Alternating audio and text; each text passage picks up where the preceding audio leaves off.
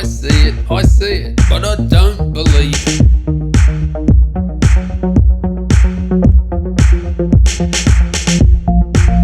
So this comes with Windows 10 Home. What the? Like, come on, let's get rid of that Windows Home. Let's get some Windows Pro. Copy and paste my code from the description. You can also get Office 2019. Just paste my code. Woof. It's Windows Pro time. Tell you there, champs. Now, if you're new around here, come on, sub up, join the wood chain. Make sure you hit that bell, dingling and dong, and hit the like button if you like these sort of videos. And let's have a look here. Now, I didn't mean to make a Mac versus PC video. I actually want to make one of those, a more in-depth one day. But as you probably know or may not know, I'm going to have the new 8-core i9 MacBook Pro 15 very soon. Actually, Monday or Tuesday, something like that. So I thought I'd do some benchmarking on the 8th generation i9 MacBook Pro. And man, Adobe done some updates. There have been some strange things going on and I want to share them with you because I don't think you're going to believe this. And it flies against all the sort of, myths or preconceptions we have about Mac versus PC, Premiere Pro and CUDA and OpenCL, whole bunch of things. And by the way, head on down to Ash's channel. He already has the 8-core i9 Mac in his hands. Or is it Nora's channel? I don't know. Who's the star of that show? Just go check it out. Trust me, great channel. And he has some good findings on the new 8-core i9 Mac. So what you're watching now is Cinebench. Now,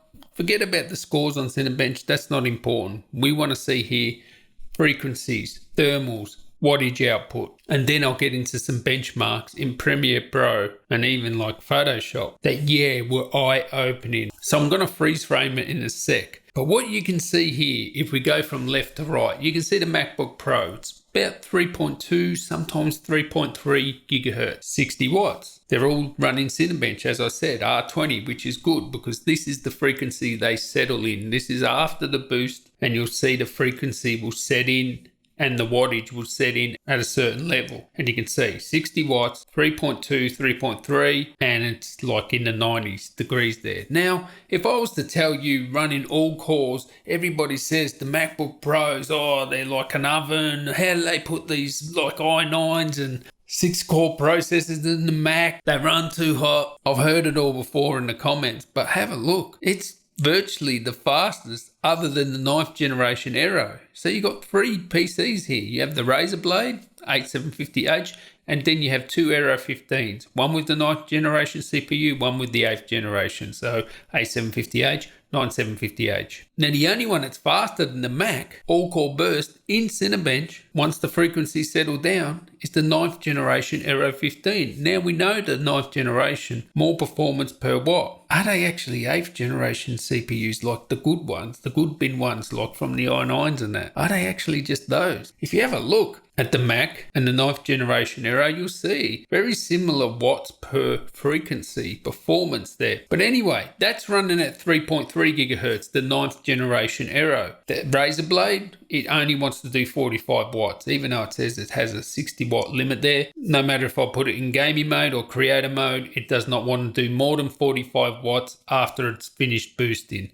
And that equals 2.8 gigahertz, 66 degrees, very low temperatures, so it's not so noisy, but with that, low frequencies, 2.8. The MacBook Pro is doing 3.2. The 8th generation Aero is only doing 3.1. Now these are all thin and light laptops, but if I was to tell you which one would be able to sustain a higher clock with all cores pegged like in Cinebench or whatever on a long run, no one in their right mind would say the Mac would have the highest frequency. Well, it doesn't have the highest compared to the 9th generation Aero, but it certainly beats the 8th generation Aero and the Razer Blade. Now, we don't know how fast the Razer Blade will go if they actually let the wattage go higher, but that's the first thing, and this might explain a few things when we get to benchmarks later. Now, the MacBook Pro is an i9. They're all 6-core, but of course the i9 would be the better bin CPUs. You can see both Aeros limited to 62 watts there, and 62 watts equals 3.3 on the 9th generation and 3.1 on the 8th generation. Now, if you look at the MacBook Pro, 60 watts, but we're getting 3.27, nearly 3.3. So you're almost getting better performance per watt on the MacBook Pro, and that's maybe because it's an i9. So that's very interesting. Of Of course the Mac is the hottest because 60 watts in the Mac chassis is gonna be warmer. It is like 4 pounds or like 1.8 kilos. It's so thin and light. I mean, the Aero's like 18 mil. That's only like 15.5, and even the Razer's a lot heavier and thicker. Both the Windows laptops are. So think of all the myths. Final Cut is the fastest render and video editor and all this. That's not true.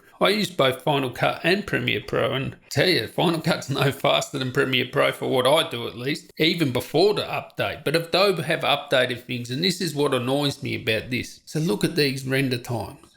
Are you joking? The MacBook Pro is pretty much clean in-house, the fastest one here. So if I was to tell you which is faster in video editing in Premiere Pro, everybody says CUDA. Oh, Premiere Pro is so much better for PCs because of CUDA and it runs like crap on a Mac. No.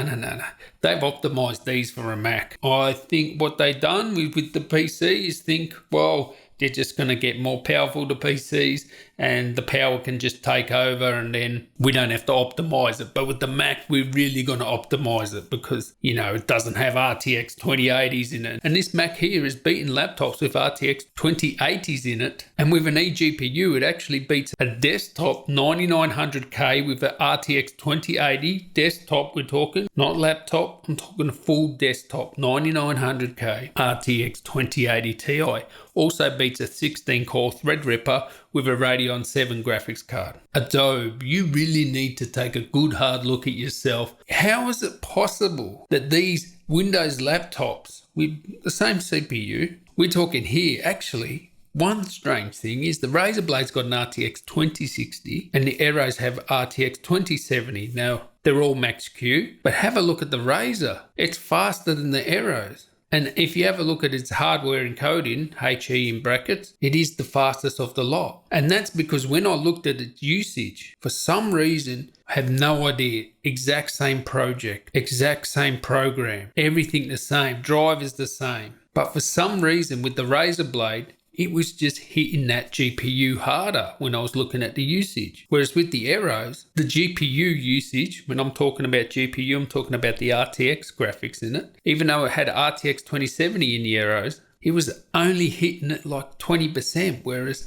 the Razer Blade was hitting it up to 60-80%. And I noticed this with the Mac too. When I'm looking at the GPU usage, it's hitting the GPU really hard. Now, I haven't put eGPU for any of the Windows laptops because eGPU makes no difference. It's actually slower in some occasions or the same. I was using a Vega 64 as the eGPU because I wanted to use the same one. And I tested it on all the Windows laptops and no, it doesn't make a difference, and sometimes it was worse. So how am I getting with OpenCL software rendering 6 minutes and 45 seconds with the MacBook Pro and the Windows laptops are like over a minute slower? What? How is this possible? Even with hardware encoding, you look at hardware encoding on the MacBook Pro. We're talking with the Vega 20 there compared to RTX 2070s and it's beating them. Only the Razer Blade is beating the MacBook Pro in hardware encoding, which hardware encoding is not a good quality render as the software encoding, which is the times and the writes. So this is an eye-opener for me, and it all comes down to software optimization. Obviously, for some reason, I have no idea why. If someone can shed some light, with the Razer Blade, we're hitting the GPU hard, so you're getting better times, but still, it doesn't compare to the MacBook Pro. I don't know why. Very surprised, and the old myth is CUDA is so good for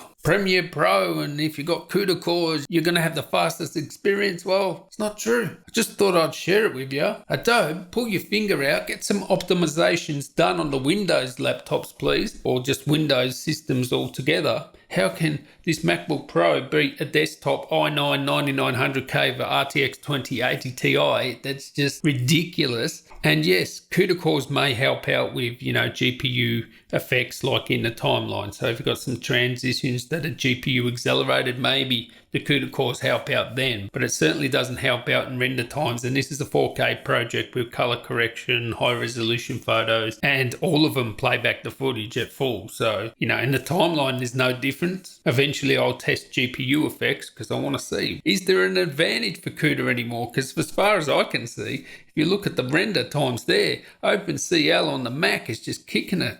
It's killing the CUDA. So anyway, I'd like to thank you guys for watching. Catch you in the next one. Tally ho.